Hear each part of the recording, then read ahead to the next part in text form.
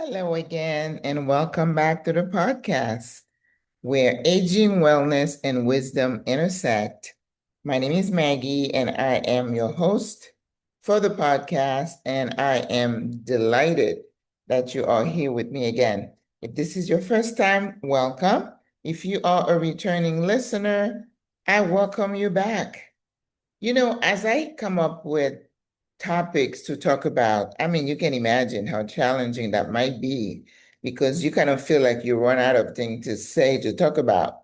But life, this wisdom living that I talk about is something that is ingrained or should be ingrained in you. It's a lifestyle. It's a mindset, right? It's not something that you put on for the day or for the moment.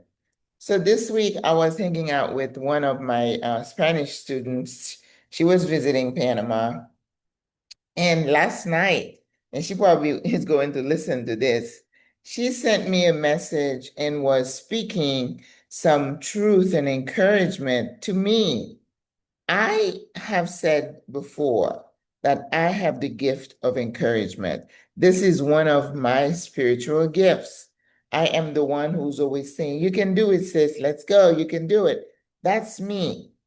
But the lesson that I caught from her message to me, that she cared enough to take time to speak some positive words into my life because it is lonely at the top. I don't know if anybody has told you that. And she kind of picked on something that I struggle with. And it is the thing that happens to people who are in leadership position. And when they say it's lonely at the top, you kind of have to be on your P's and Q's. You're gonna have to watch what you say. So it's not always peaches and cream. So what I want to say today is that encouraging the encourager is a positive thing.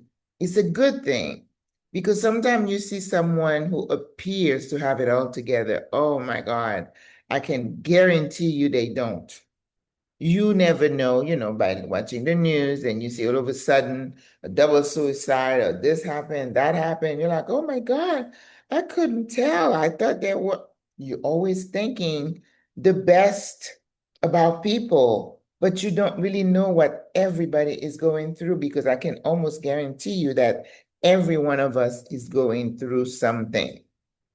So when you see someone who appears to have it all, who appears jovial, who appears to be the encourager, the knowledge person who's always giving, encouraging, and doing, can you take a moment and do for them? And a simple example I can give you is that of a cook. A lot of times when you say you're a cook or people have, you know, tasted your food, then they become intimidated. Some of them, not all, because they're like, oh my God, whatever I cook for her, it's not going to be to her standard. But let me tell you that even the best cook enjoys somebody taking the time to cook something for them. And I can guarantee you they're not going to criticize you for, well, you need a little bit of that, a little bit of that. No, we are just so grateful that you thought enough of us to serve us, to cook something for us, to take the pressure off of us for however short a time it is. So next time you see someone again who seems to have it all, who seems to is in control, is in charge, please think that what could they be struggling with? What can I do that could be of service? What could I do that could provide some relief? And if you know a real caregiver, someone who's caring for someone else, it's even more pressing that you stand in the gap and say, sis, sir, you go ahead for a couple of hours. Let me come sit with so and so. Let me get this for you from the store. Let me help you clean the house. All these things are so appreciated by the person who is the giver, who's the encourager. So this is what I have for you today. Again, life be lifing, but I pick up on little things to encourage us, to encourage each other to think beyond the obvious, Don't look at someone and assume that everything is cool. You don't know that. You don't know that. Okay?